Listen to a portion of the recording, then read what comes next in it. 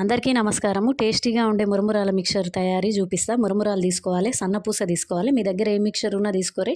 పల్లీలు, శనగపప్పు, కరివేపాకు తీసుకున్నా. ఇక ఎల్లిపాయ కారం కోసం అయితే ఒక జార్ తీసుకొని ఎల్లిపాయలు వేసి కారం వేసిన, కొంచెం ఉప్పు వేసుకోవాలి.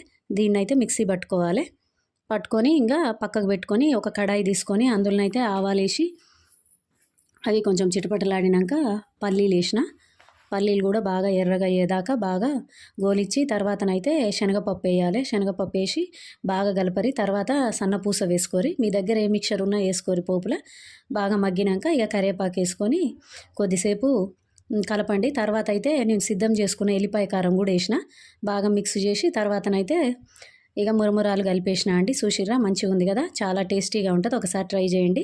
ఈ వీడియో నచ్చితే నా ఛానల్ లైఫ్ ఆఫ్ శ్వేతా వ్లాగ్స్ని మీరు సబ్స్క్రైబ్ చేసుకోండి. ఒక చిన్న లైక్ ఇవ్వండి.